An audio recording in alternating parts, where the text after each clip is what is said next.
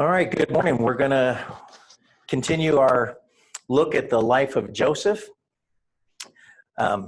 It's a remarkable story, isn't it?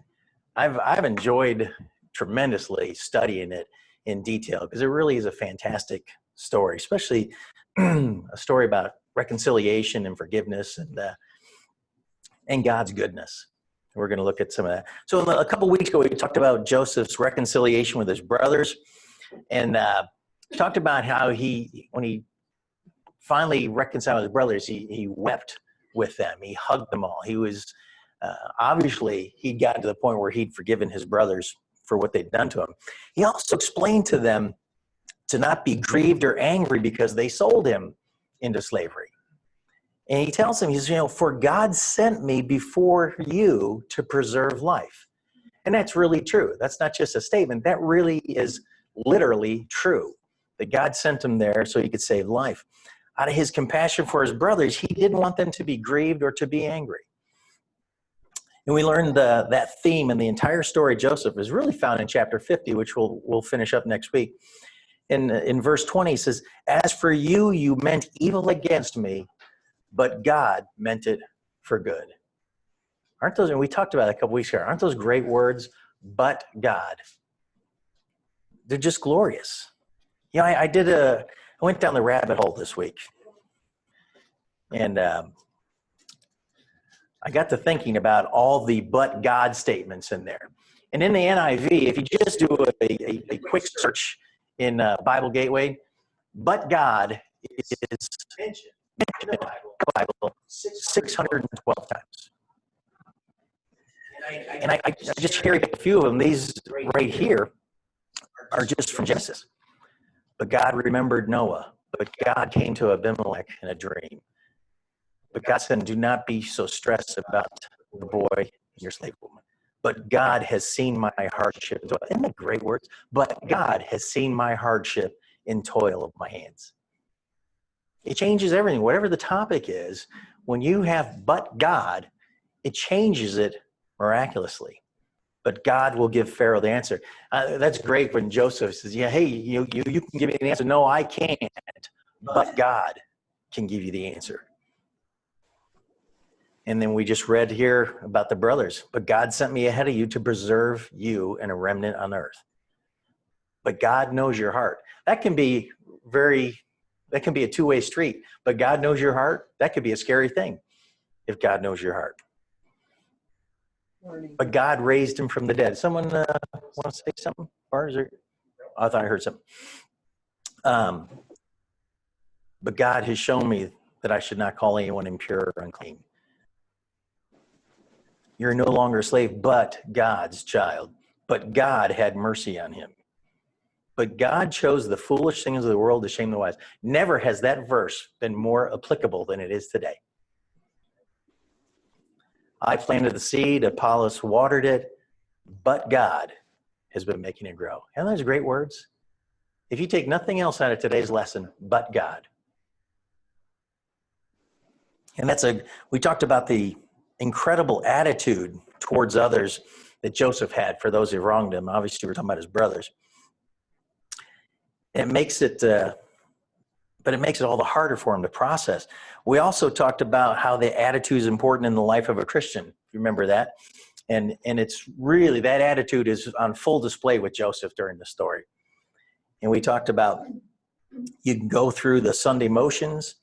You can carry religious exercises. You can pack a Bible under your arms. You can sing all the songs from memory.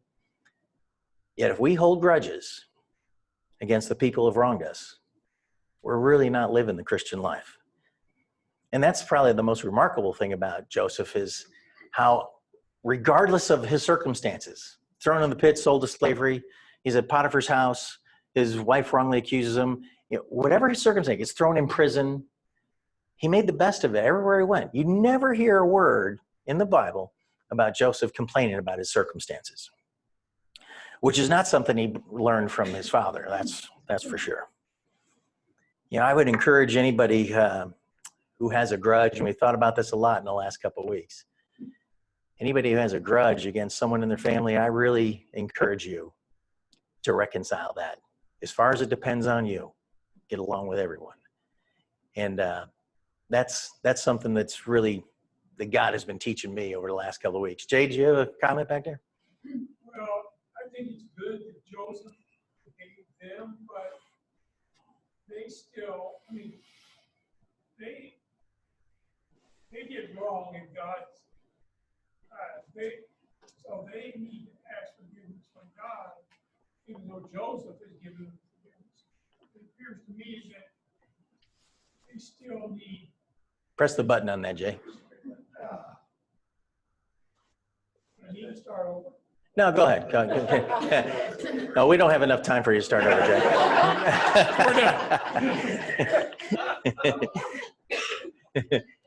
Well, I'm done. Yeah. Yeah, you won't hear those figures. Okay. Yeah. Pass that microphone around the back if someone wants to talk.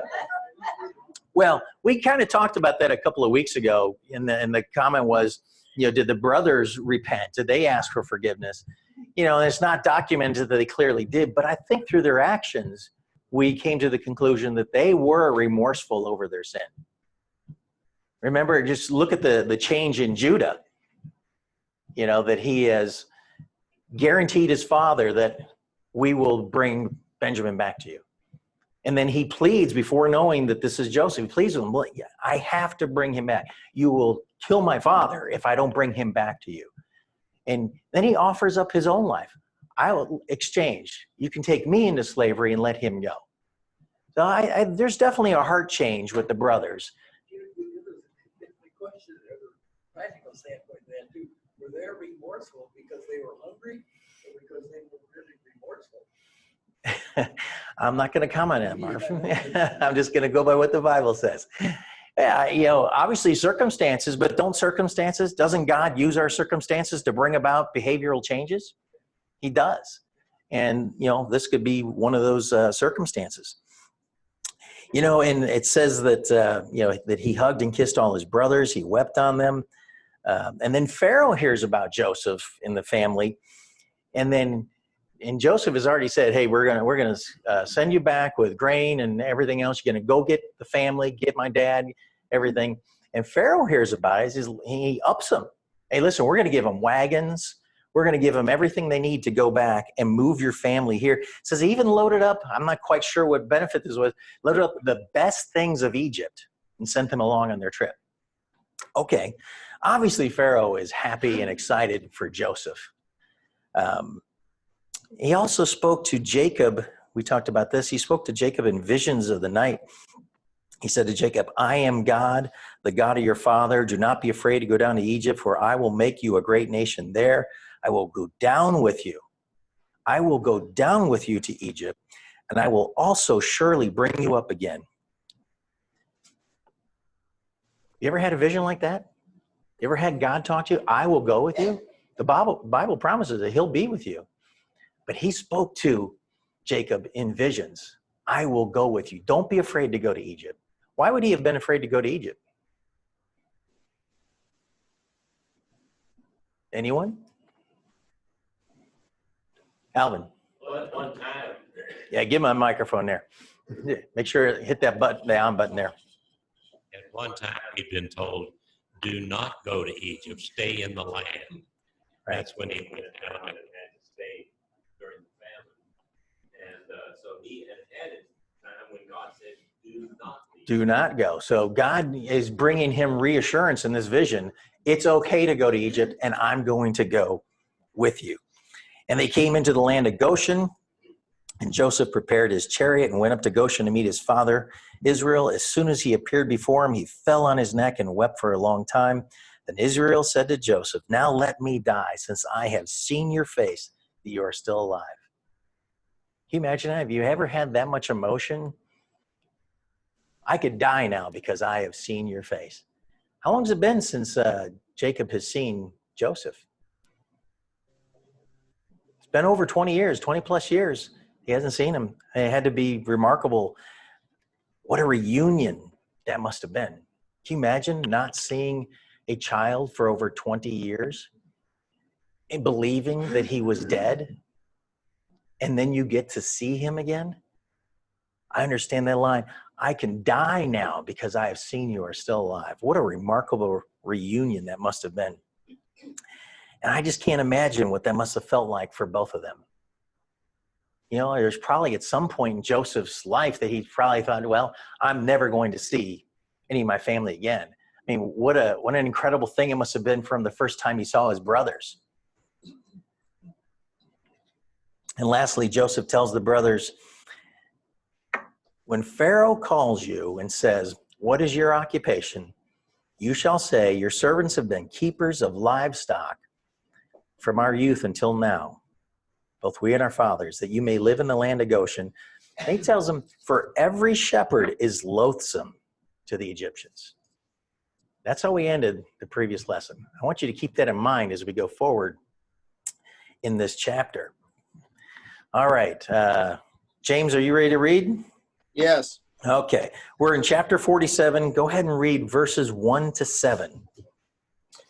Then Joseph went in and told Pharaoh and said, my father and my brothers and their flocks and their herds and all that they have come out of the land of Canaan. And behold, they are in the land of Goshen. And he took 5 men among his brothers and presented them to Pharaoh. Then Pharaoh said to his brothers, what is your occupation? So they said to Pharaoh, your servants are shepherds, both we and our fathers. And they said to Pharaoh, we have come to sojourn in the land, and there is no pasture for your servants' flocks. For the famine is severe in the land of Canaan.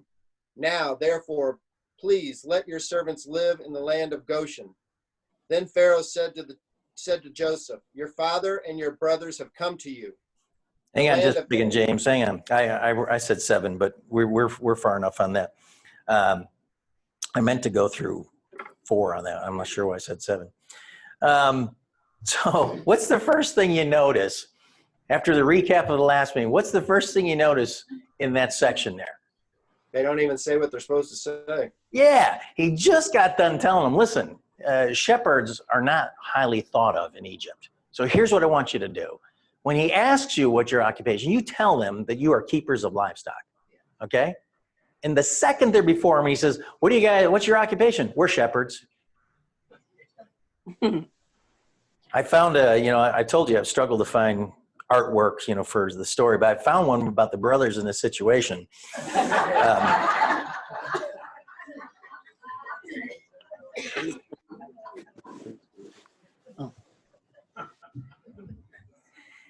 Isn't it something? I mean, it's like they didn't remember for 5 minutes.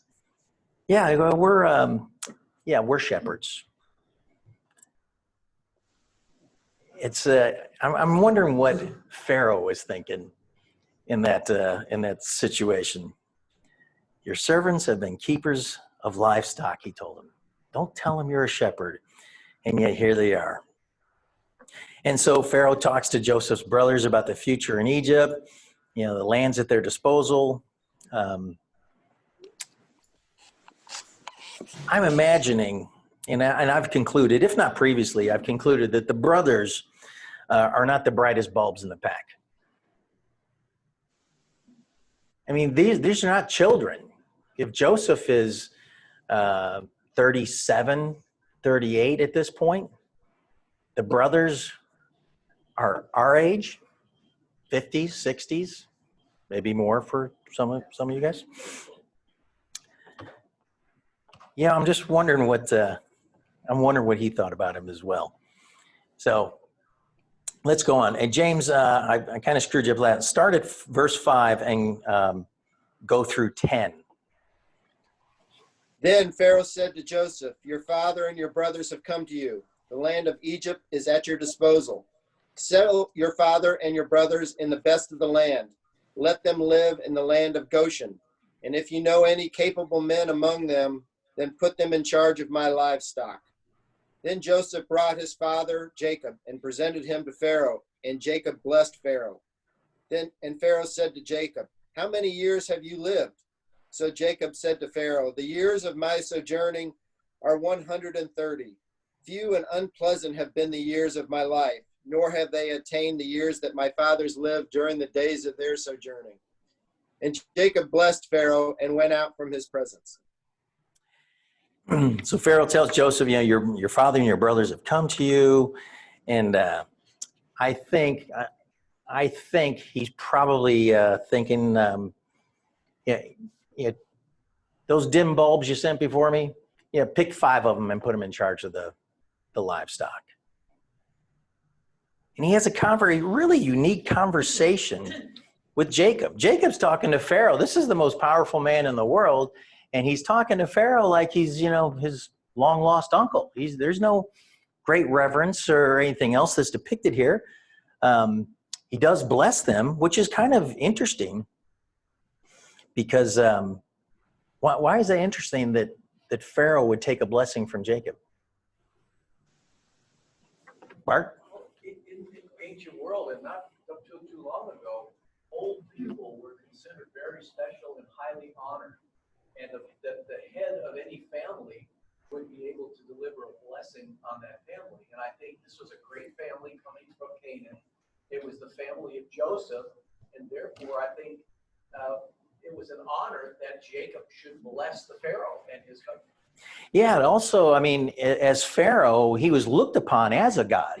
So for him to accept a blessing from Jacob is a recognition of Jacob's God. So it's really kind of a phenomenal thing to see this in that conversation. And he asked him how long he's lived. How many years have you lived? The years of my sojourning are 130. Few and pleasant have been the years of my life. You ever know anybody like that? Jacob has wrestled with God. He's had visions of God. God just got done telling him, I'm going to go with you to Egypt. And yet he still says, few and unpleasant have been the years. That's quite an attitude to have for someone that has been alongside of God his whole life. And he also, I wonder if he's a little concerned. He's 130 years old. I think Jacob thinks he doesn't have much time left. And his father lived to 180 and his grandfather 175. I think Jacob is thinking he probably was shortchanged on the lifespan.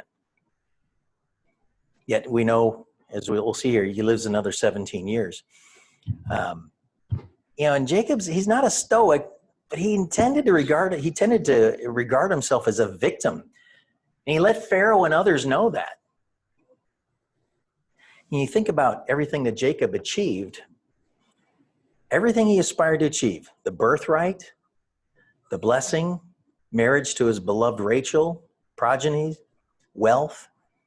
And although he gets everything that he wanted, he didn't get it the way he wanted to. And so the consequence is he's very far from contentment. Far cry from, Paul, saying, I've learned to be content in all circumstances. That's not Jacob. He's not been content in all circumstances. And don't we do that as well? You get what you want or you get what you prayed for, but still don't have joy because it didn't come about the way you were expecting it to? Mari, go ahead and grab that mic. That's okay. My uncle, Ken and I visited my uncle in Ireland. He was on his way out. He was very elderly. And his words to me were, Mari, live in hope, die in despair. And I thought that was the thing I ever. But I've heard believers say the same. Exactly. My Bible says of Jacob, he says, few and evil have the days of the years of my life. Yeah. So that's pretty sad for a believer. Especially for a believer who's had all the things that he's had in life. It isn't like he's destitute and just, been in slavery or anything. The guy has been blessed abundantly his whole life. And yet we do that sometimes, whether we like to admit it or not. And I can be one of the worst when it comes to that. God has provided more than I ever could have hoped for, ever. And yet I can still find within me to complain and gripe about whatever the circumstances are. Shame on me for doing that.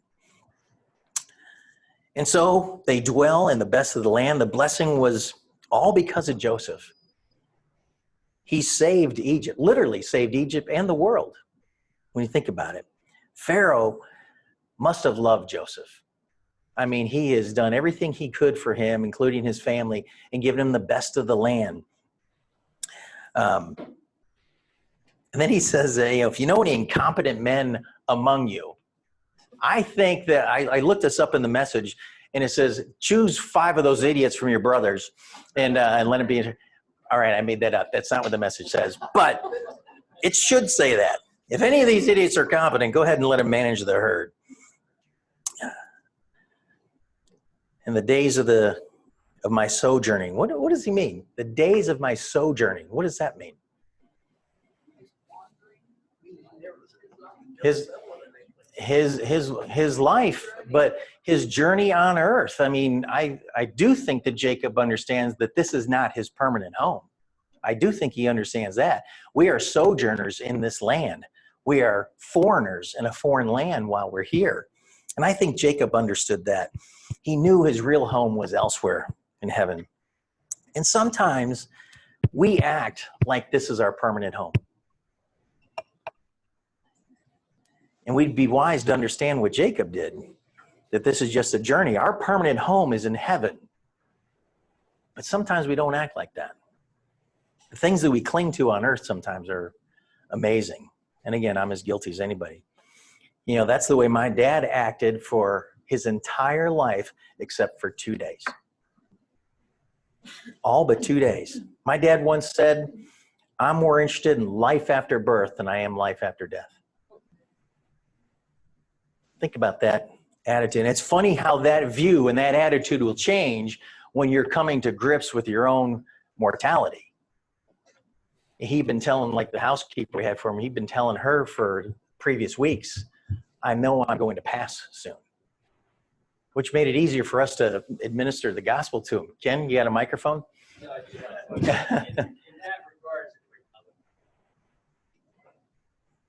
that regard. No, I forgot what I was going to say. It's the mic. The microphone. 2 days of my dad's life? Is that where you're going to go? All right. Ken's having a senior moment. We'll continue on. Hey, if you think about it, turn that microphone on. You just gotta get the mic quicker. Follow the crowd. Sorry about it again. I get it. You got a thought and then you got to pause? Yeah, I do it going from one room to another. Why did I come to this room? I have no idea. You know, and I'll ask Patsy like she should know. Why did I go over here? I don't know. Oh, goodness. So Jacob blesses Pharaoh. You know, it's a remarkable thing. Like I said, Pharaoh himself was thought to be a god. Oh, Ken's got it. Go ahead, Ken. It's such a blessing to have a lengthy period of time, weeks, a month, to come to grips with that passing and to perhaps have that change of attitude. Yeah. They let the scripture really live a life In your life. at that point that they're really, really meaningful. You know, the last 6 or 7, really since I retired, I've probably spent 3 or 4 days on average a week over at Dad's house, working on things. And really, when I look back at it, like God provided me opportunity to speak to him. And, you know, I would pray on the way over there that God would give me the opportunity to speak to him about heaven. And didn't take much of opportunity. He would ask me. So, yeah, was he a little late on the draw? Yeah. Did he miss out on some blessings here on earth? Yeah. But his permanent home, which is where he's at now, but God, that's exactly right. And I believe, like you were saying, Ken, I believe that God allowed him to linger in his illness until he got to that point. So anyway, Jacob blesses Pharaoh. Pharaoh's considered a god, the embodiment of Ra, the sun god. So it is quite remarkable that he accepts that blessing from Jacob. James, let's go ahead and read verses 11 to 14. So Joseph settled his father and his brothers and gave them possession in the land of Egypt, in the best of the land, in the land of Ramses, as Pharaoh had ordered. And Joseph provided his father and his brothers and all his father's household with food according to their according to their little ones. Now there was no food in all the land because the famine was so severe, so that the land of Egypt and the land of Canaan languished because of the famine. And Joseph gathered all the money that was found in the land of Egypt and in the land of Canaan for the grain which they bought, and Joseph brought the money into Pharaoh's house. So that's good, James. So where was there no food? In all the land. There was no food in all the land. And I want you to pay attention to that, because that's going to set up in this next section the things that go on. There's no food in the land. And Joseph has taken people's money and given it to Pharaoh in exchange for food. Okay? And we're about to see in this next section that the money runs out. Then what do you do? But I also want to point out that Joseph was a loyal employee to Pharaoh. He brought all the money to Pharaoh. You know, no wonder he was so well trusted by Potiphar and so well trusted by Pharaoh. He is a heck of a servant. But things change quickly. Now, this is kind of a long section. I want you to hang in there. James, take your time. Don't rush through this. But let's read verses 15 to 26 of chapter 47. And when the money was all spent in the land of Egypt, in the land of Canaan, all the Egyptians came to Joseph and said, "Give us food, for why should we die in your presence? For our money is gone." Then Joseph said, "Give up your livestock, and I will give you food for your livestock, since your money is gone." So they brought their livestock to Joseph, and Joseph gave them food in exchange for the horses and the flocks and the herds and the donkeys, and he fed them with food in exchange for all their livestock that year. And when that year was ended, they came to him the next year and said to him, "We will not hide from my lord that our money is all spent, and the cattle are my lord's. There is nothing left for my lord except our bodies and our lands. Why should we die before our eyes, both we and our land? Buy us and our land for food, and we and our land will be slaves to Pharaoh. So give us seed that we may live, not die, and that the land may not be desolate." All right, James, hang on just a second there. All right, so you see what's happening here so far? Pharaoh's got all the money. He's got all the money in the land. And now people are still dying, and we've still got years of famine left. So he says, "Okay, I'll tell you what, I'll let you exchange your cattle and your livestock for food." And he does, and they do. And they come back a year later, and hey, we're dying. Why should we die in your sight? Go ahead and let us be slaves to you. Take our land, and we'll be slaves to you. What kind of power does that give Pharaoh? Not that he didn't have a lot of power to begin with, but now he literally has everything. All the land, all the livestock, and he's got all the people willing to be slaves just for food. Okay? James, go ahead and pick up in verse 26. So Joseph bought all the land of Egypt for Pharaoh, for every Egyptian sold his field, because the famine was severe upon them. Thus the land became Pharaoh's. And as for the people, he removed them to the cities from one end of Egypt's border to the other. Only the land of the priest he did not buy, for the priest had an allotment from Pharaoh, and they lived off the allotment which Pharaoh gave them. Therefore he did not sell their land. Then Joseph said to the people, "Behold, I have today bought you and your land for Pharaoh. Now here is seed for you, and you may sow the land. And at harvest you shall give a fifth to Pharaoh, and 4/5 shall be your own, for the seed of your field, and for your food, and for those of your households, and as food for your little ones." So they said, "You have saved our lives. Let us find favor in the sight of my Lord, and we will be Pharaoh's slaves." And Joseph set it a statute concerning the land of Egypt valid to this day, that Pharaoh should have the fifth, only the land of the priests did not become Pharaoh's. Now Okay. Israel All right, lived. go ahead. Go ahead. Let's just stop right there. So this translation says he removed them to cities from border to border. Why would he do that? Why would Joseph move whole populations? Any guess? Because I had to ponder this for a while. And first thing I thought was, well, maybe it was because of where the location of seed was in the different areas. Maybe he was moving them because that's where the seed and the food was. But maybe a little darker interpretation might be, maybe he moved them symbolically so they would understand that that land was no longer theirs. Maybe it's a combination of both. The Bible doesn't really say, but it did make me think why he did that. And despite Joseph's intent to feed the Egyptian people during this famine, his economic policies really enriched Pharaoh, almost to the point where they become a feudal state. You know, understand when I say feudal? You know, broadly defined, it's a way of structuring society around relationships that were derived from holding the land in exchange for service or labor. That's what feudal means. And whether or not Egypt became, Ken, turn that microphone on before you forget. Jacob and Joseph's brothers were suspect, had to comply with these orders. Did they have to sell their cattle for food? Did they have to give back?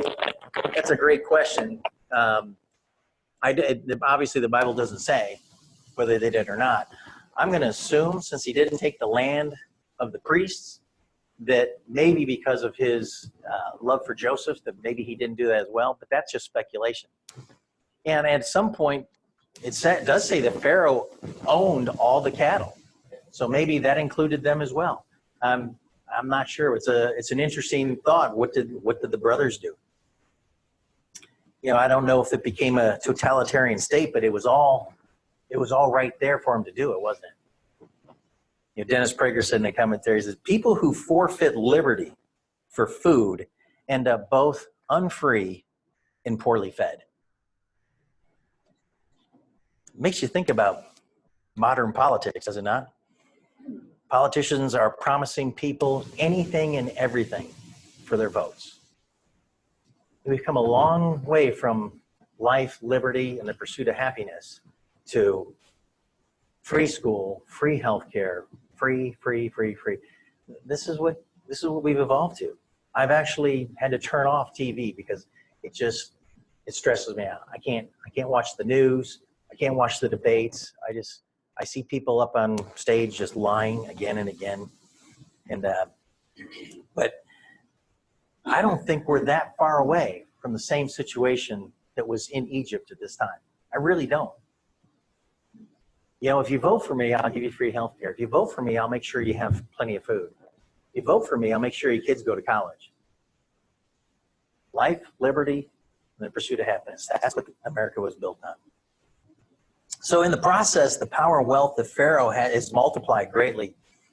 And in times of national crisis, the power of central government increases. What do you think's going on in Argentina and these other countries, these totalitarian countries? People, what's the first thing you notice when you do watch any of this? People are starving to death. There's no food in the supply chain. There's no food in the grocery stores. People are starving, and the government opens soup kitchens for you. Not completely unlike the Great Depression here in America. Yeah.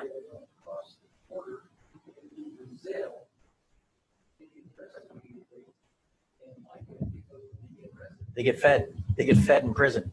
Yeah, that's kind of sad, isn't it? But you can get people desperate enough that that's what they do. And that's what's happening in Egypt. They're desperate enough for food. Take our cattle, take our land, give us food. Oh, and I'll give you 20% of everything I grow. Not that I wouldn't like to pay 20% in taxes, but you know, think about that. Anybody ever read the book New Deal or Raw Deal? It's a story about FDR and the Great Depression. You got to read it sometime. The things that he fiddled around with during the Great Depression when people were at their most vulnerable. It's frightening. And Joseph wasn't unfair. Like I said, give us 20%. I'm going to take everything you own. Just give me 20% on an ongoing basis of what you grow. Were the people enslaved? Bart? I imagine they were bound to the land like a feudal serf. Yeah.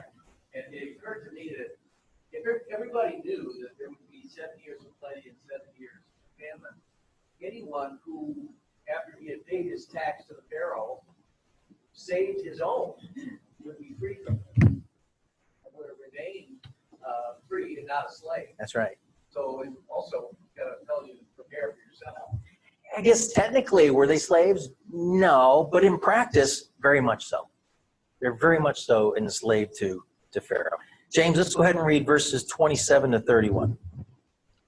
Now Israel lived in the land of Egypt, in Goshen, and they acquired property in it and were fruitful and became very numerous. And Jacob lived in the land of Egypt 17 years, so that the length of Jacob's life was 147 years. When the time for Israel to die drew near, he called his son Joseph and said to him, "Please, if I have found favor in your sight, place now your hand under my thigh and deal with me in kindness and faithfulness. Please do not bury me in Egypt. But when I lie down with my fathers, you shall carry me out of Egypt and bury me in their burial place." And he said, "I will do as you have said." And he said, "Swear to me." So he swore to him. Then Israel bowed and worshiped at the head of the bed. This is really an interesting conversation. Okay, so Jacob, no, I don't want to die in Egypt, and I don't want to be buried in Egypt, I should say. Okay, now promise me that when I die, that you will take me out of Egypt and bury me with my father's previous. And then he says that you don't sense a sense of urgency in Jacob's tone here, don't you? He says, make sure that you will take me out of here. And Joseph says, yeah, I will do as you have said. And he says, swear to me. It wasn't just enough that Joseph, the second most powerful man in the land at that point, has told you, Father, I will take you out of Egypt to be buried. He says, swear to me. And then he says something to him. He says, put your hand under my thigh and swear to me. What is that all about? What is it? Mari, turn that mic on. It pertains to the covenant that God made with Israel, the covenant of circumcision. And I think Abraham did that with his church. Exactly.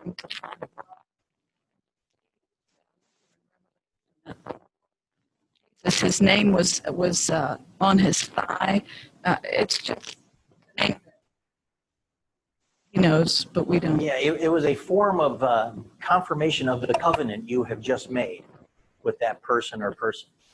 It's also a sign of submission, that you would put your hand under someone's thigh or buttocks. And what he's doing is he's submitting to his father's authority in his life.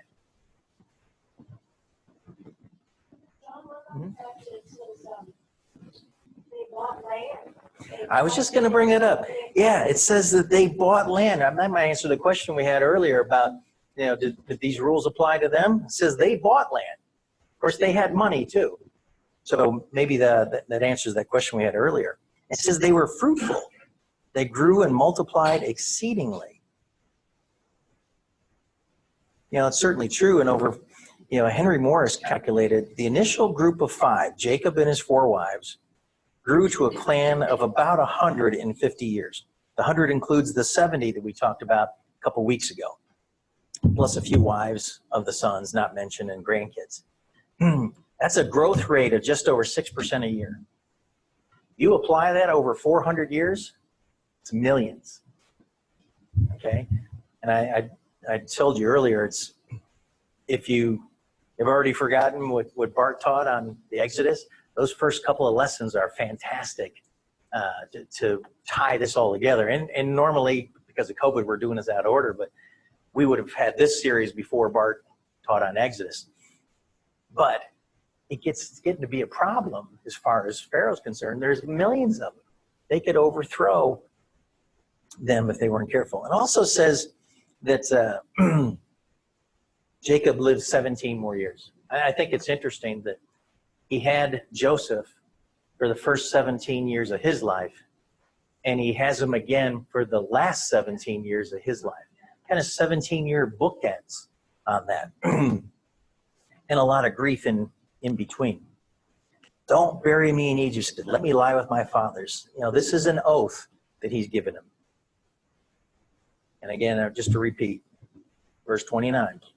If I have found favor in your sight, think about it, this is your father, and he's saying to you, if I have found favor in your eyes, grant me this request. And then not just grant me, swear to me that you're going to do it. And Mari, you mentioned earlier, in Genesis 24, it talks about Abraham's servant swearing to obey the master. And that was how you sealed the covenant. Again, it seems strange to us, but at the time, that was a powerful symbol of a covenant. All right, let's move on. Chapter 48. James, let's read 1 to 4 in chapter 48. Now it came about after these things that Joseph was told, behold, your father is sick. So he took his 2 sons, Manasseh and Ephraim, with him. When it was told to Jacob, behold, your son Joseph has come to you, Israel collected his strength and sat up in the bed. Then Jacob said to Joseph, God Almighty appeared to me at Luz in the land of Canaan and blessed me. And he said to me, behold, I will make you fruitful and numerous. I will make you a company of peoples and will give this land to your descendants after you for an everlasting possession. It says, God Almighty appeared to me at Luz, or Luz, how do you pronounce that? Anybody? Luz? It's really just another name for Bethel, where Jacob first met God. Jacob vividly remembered this encounter with God. And Joseph's sons, Manasseh and Ephraim, were brought in to see their dying grandfather. You know, it is interesting. And just a few weeks before my dad passed, my daughter brought her kids over to see Grandpa. And they're young. They don't fully understand, you know, I'm Pops, and they would call my dad Grandpa. Yeah. Okay, so they don't quite understand that was my dad. You know, they don't get that.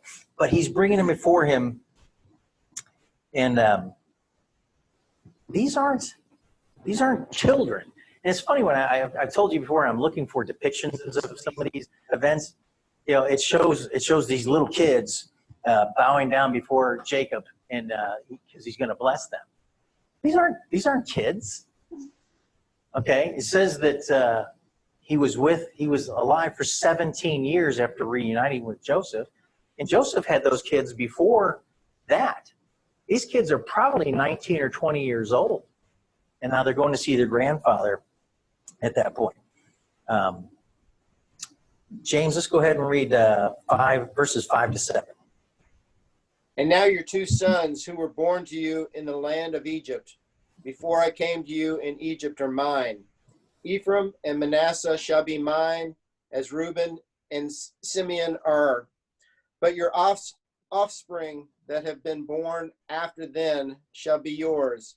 They shall be called by their names and their brothers in their inheritance. Now as for me, when I came to Phadan, Rachel died, and my sorrow in the land of Canaan on the journey, when there was still some distance to go in Ephrath, I buried her on the way to Ephrath, that is Bethlehem. So what is all this stuff where Jacob is telling him, Ephraim and Manasseh shall be mine? What is he doing, Bart? Included them in the people of Israel. Joseph undoubtedly had other children in Egypt by his Egyptian wife. Yeah. He's adopting them into the family as his, as if they were his own children. And it's interesting. He says, that's inheritance. That's exactly right.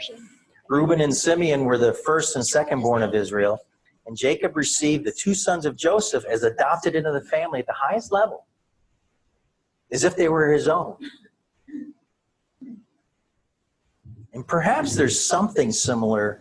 I hesitate to use this word, but perhaps there's similar to replacements for Reuben and Simeon, who were in a sense disqualified from their positions of status and leadership because of their sin in Genesis 34. What did they do? What was their sin in Genesis 34? Anyone? Alvin, I know you know. Reuben went up and had relations with one of his concubines, and Would that be a sin? well, it is to God. It isn't in our world today, unfortunately. And then they also went up and tricked the people that they were with into circumcising themselves so they could go in and kill them. So, but from then on, the 12 tribes were included. All of the 11 sons, and then Joseph had 2 sons, and Levi was not considered a land. They were not going to inherit any land. Yeah, that's exactly right. Because God said he was going to inherit. So the 12 tribes from then on were the 11 boys, but Joseph had been given the right of the firstborn because Reuben had been dispossessed as the right of the firstborn. Right. And therefore, he had double portion. That's exactly right.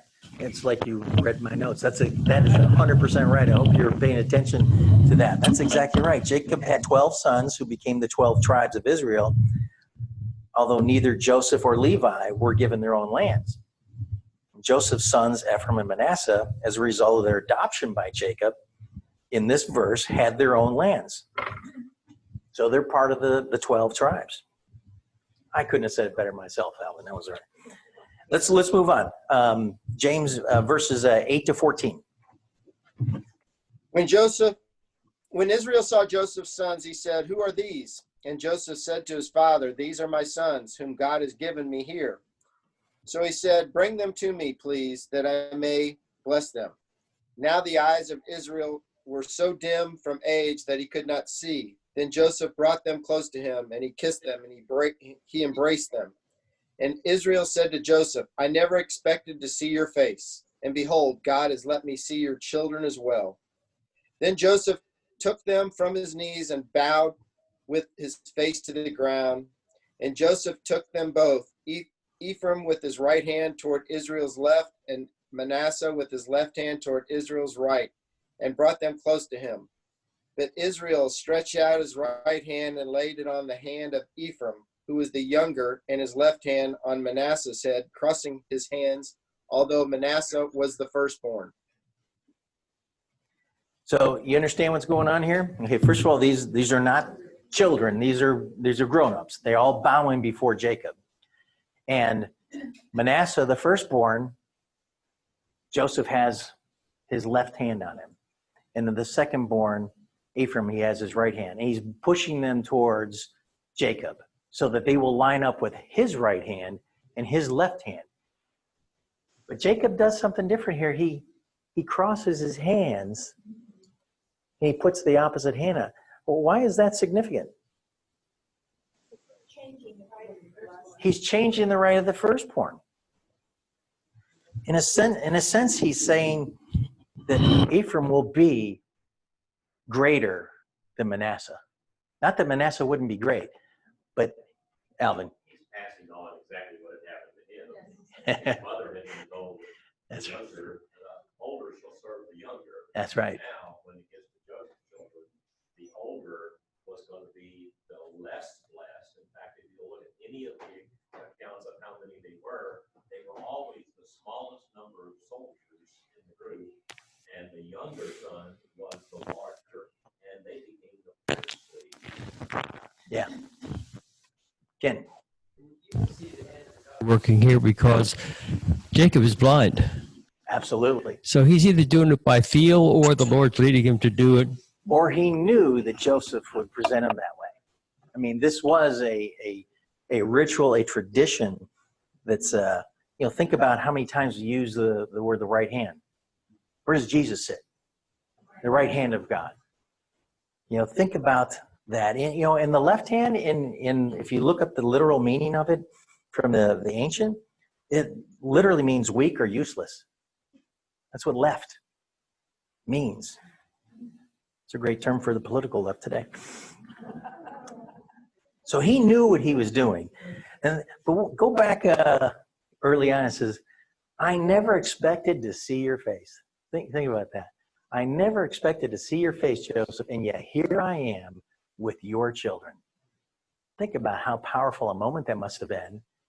And then think about what Joseph must be thinking when Jacob crosses hands over on that.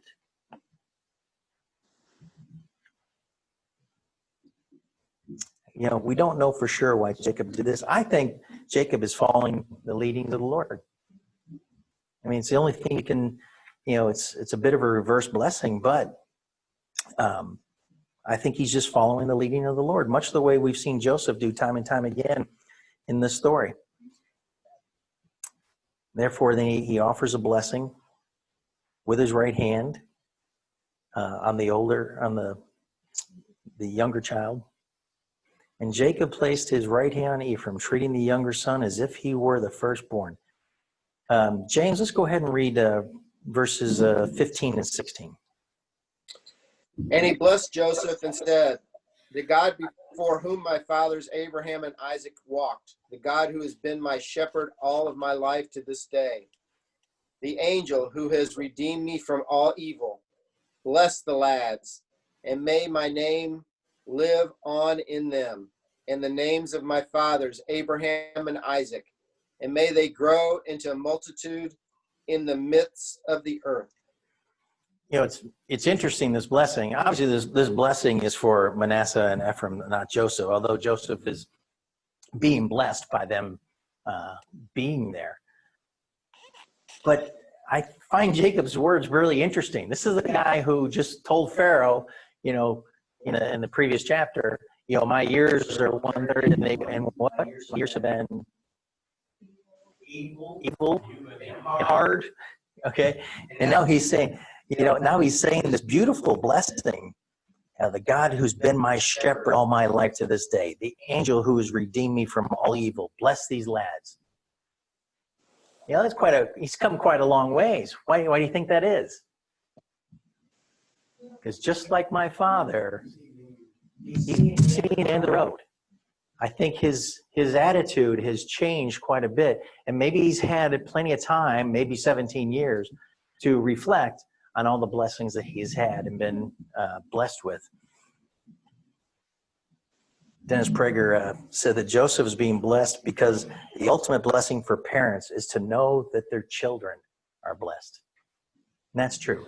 For any of you who have kids and grandkids, I grew up really not knowing my grandparents very, very well. My grandfather, my dad's side, died the year I was born. We lived out of town. We moved a lot of different places in the country and really grew up without grandparents. But my dad made a real effort to be involved in his grandkids' lives as much as he could, because that's something that I don't think he had either. And I try to do the same thing as much as we can. I try to really let my grandkids know how much I love them. And, it's wonderful when you get unsolicited from your 5-year-old grandson, I love you, Pop. And that's a blessing for me for sure. So Joseph gets a blessing, but he's not happy about Jacob reversing the hands on his sons. James, let's read 17 to 22. When Joseph saw that his father laid his right hand on Ephraim's head, it displeased him, and he grasped his father's hand to remove it from Ephraim's head to Manasseh's head. And Joseph said to his father, not so, my father, for this one is the firstborn. Place your right hand on his head. But his father refused and said, I know, my son, I know he shall become a people, and he shall also be great. However, his younger brother shall be greater than he, and his descendants shall be a multitude of nations. And he blessed them that day, saying, By you, Israel shall pronounce blessing, saying, may God make you like Ephraim and Manasseh. Thus he put Ephraim before Manasseh. Then Israel said to Joseph, behold, I am about to die, but God will be with you and bring you back to the land of your fathers, and I will give you one portion more than your brothers, which I took from the hand of the Amorite with my sword and my bow. So here, Joseph wants him. He said, "Hey," because he knows he's blind. Yeah, you go ahead and put your hand on this son, and your right hand on this son, and your left hand on this son. And Joseph's or Jacob's, no, my son, I know what I'm doing here. Again, I think he's being led by the Lord, and he tells him, reassures him, he will also be a great people, just not as great as his younger brother. And Joseph intentionally positioned them so they get the right hand blessing, just according to custom. And yet, Israel deliberately crosses the hands. Yeah. Yeah, go ahead. Gigi, can you hear us? Yeah, hello? No, that's not Gigi, that's Len. No. Go ahead, Len. You know, what's interesting about it is if you take a look at the patriarchs, the line of the patriarchs, take a look start with Abraham. Number one, Abraham's firstborn son was Ishmael, but he did not receive the firstborn son's blessing. Same thing with Isaac. Isaac's were Esau, and Esau was the older of the two, yet he didn't get the blessing. So it's appropriate here. Secondly, Reuben, when he was taking his father's concubine, wasn't just being disrespectful. More than likely, he was also claiming that he was now the head of the family. I don't know if it was because his father was old or not, but it was the same thing, if you remember, with King David, when his son assumed the throne, and as a symbol of that, took David's concubines. So I think there's something deeper here than just really God wanting to bless. It is God's doing what he wants, but I think it's more than just that. I think it's a symbol of a lot of things. But Reuben, as did Ishmael, lost their firstborn rights. And so it's appropriate that this would happen to his sons, and that, in fact, even the firstborn here was not, of the two, was not getting the blessing, and typically the double portion. Yeah, I think there's a lot more to just being the first one born. I think that's what God is teaching us here. You know, David was in the position of a firstborn, but he clearly was not the firstborn.